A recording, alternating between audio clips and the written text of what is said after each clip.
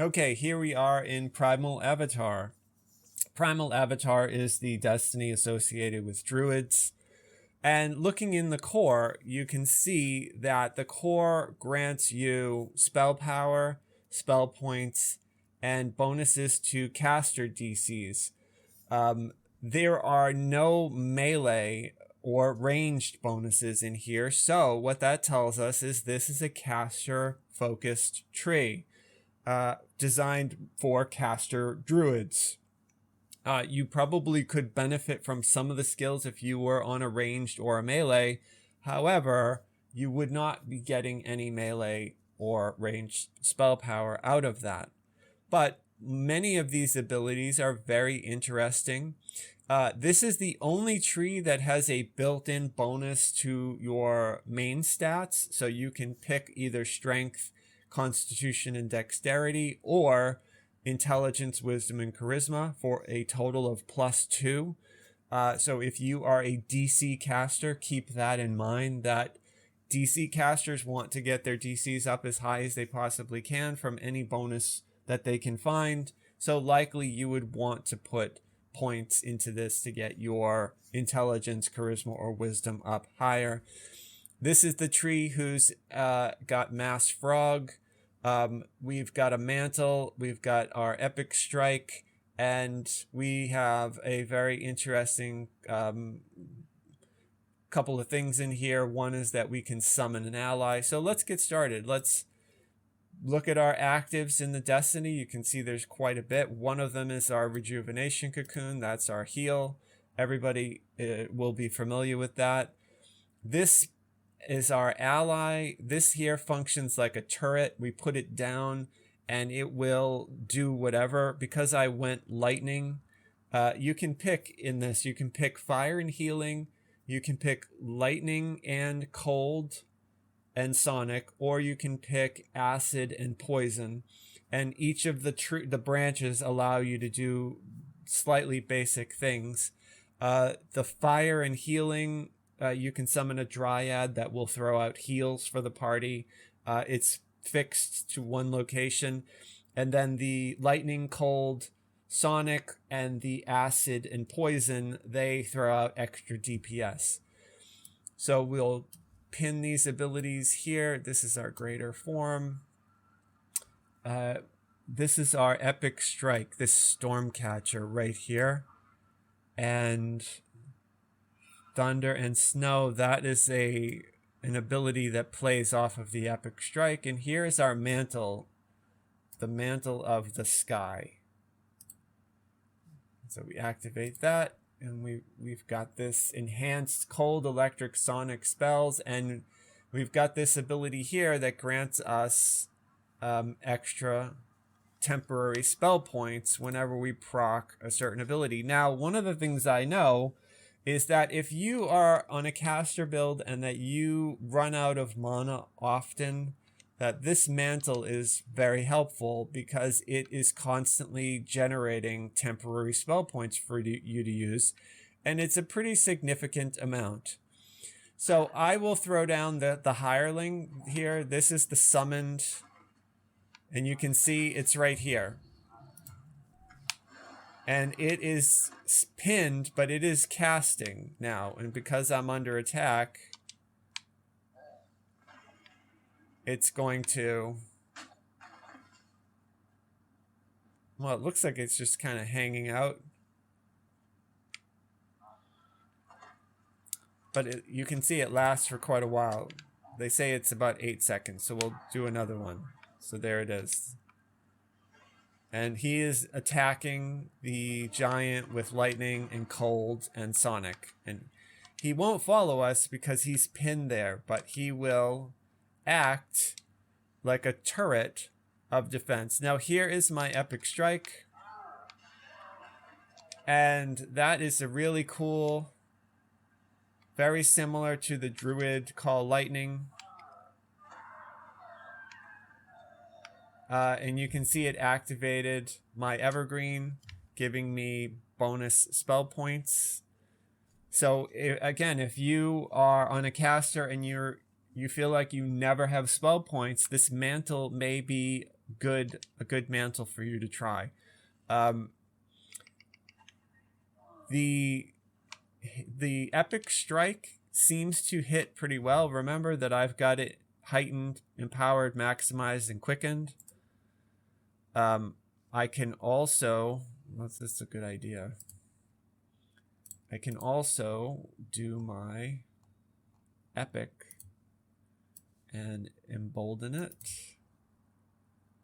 and intensify it. Yes, okay, that's all of them. So 1700. I have not seen a crit yet. We'll see. Maybe we can crit and see if it hits for big money. But it's hitting us for 1600. This Thrive makes, whenever Thrive procs, your spells cost less to cast. So there's a crit. And you can see I procced that temporary spell point again. So this tree is constantly generating spell points for you. Not only does it reduce the costs, but it makes temporary ones for you. So that's the epic strike. Now tied to that epic strike is something called Thunder and Snow, which is another ability. It's another spell, and I will cast it on this. And that is a very cool sort of lightning-y strike. I'm assuming that that's AoE. But you can see that these are off cooldown relatively quickly. It looks like 8 seconds. This epic strike reduces their reflex saves if they survive it. And then this is Thunder and Snow. It is a wave of freezing hail. So we're going to cast this on this group, and we're going to see what happens. So it functions kind of like a lightning bolt. Here, I'll throw down my higher, the summon, and the summon just stunned them. He's casting lightning on them. He just hit them with a polar ray. We'll do another. Yes, it's like a lightning bolt of frost, and the cooldown, it looks to be about 20-25 seconds, something like that. Keep in mind Evergreen. Anytime you see Evergreen proc, that's my spell points, and you can see I am not spending spell points. There's my cocoon for my heal.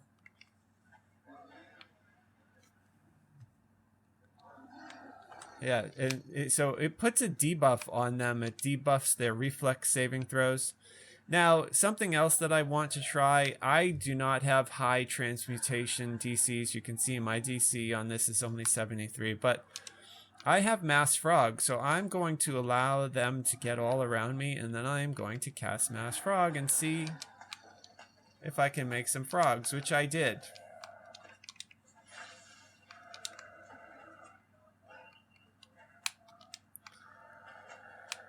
And so I put the hireling down. He is casting spells on them. You can see then that this Primal Avatar tree has some very interesting things built into it. Now I am going to do my epic moment. This is my epic moment. For 20 seconds, I become like a raging storm. Let's get some monsters around me so I can become a raging storm. But I am very impressed at the ability that this tree has to conserve mana. Okay, here's my epic moment.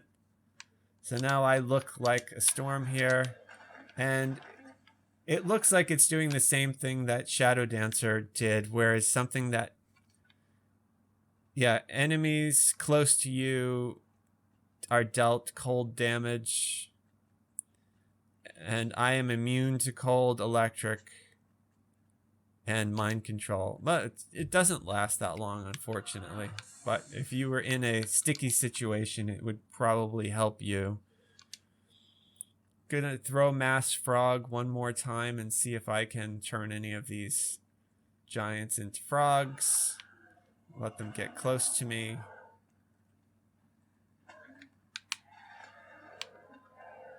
And I made 3 frogs. There we go. And this very cool lightning ability. Now there's another one that does acid and poison. And there is the tree that does fire and healing.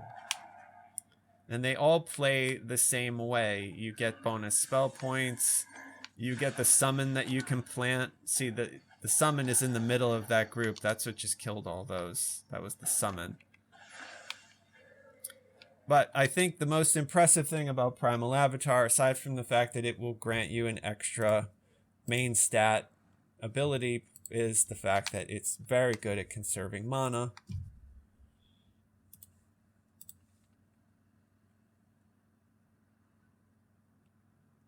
And Mass Frog is always fun.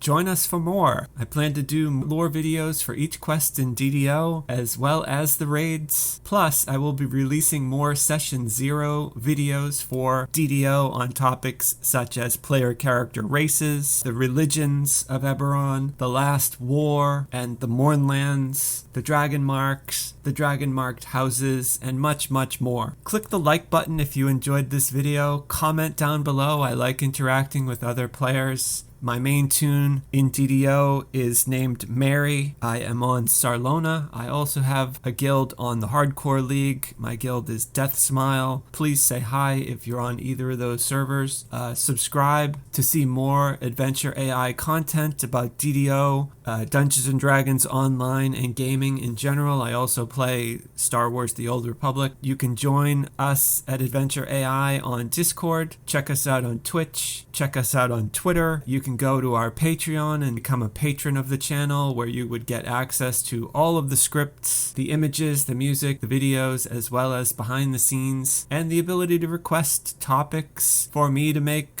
future videos. Thanks very much. I hope you have a great rest of your day, and I hope your adventures go well.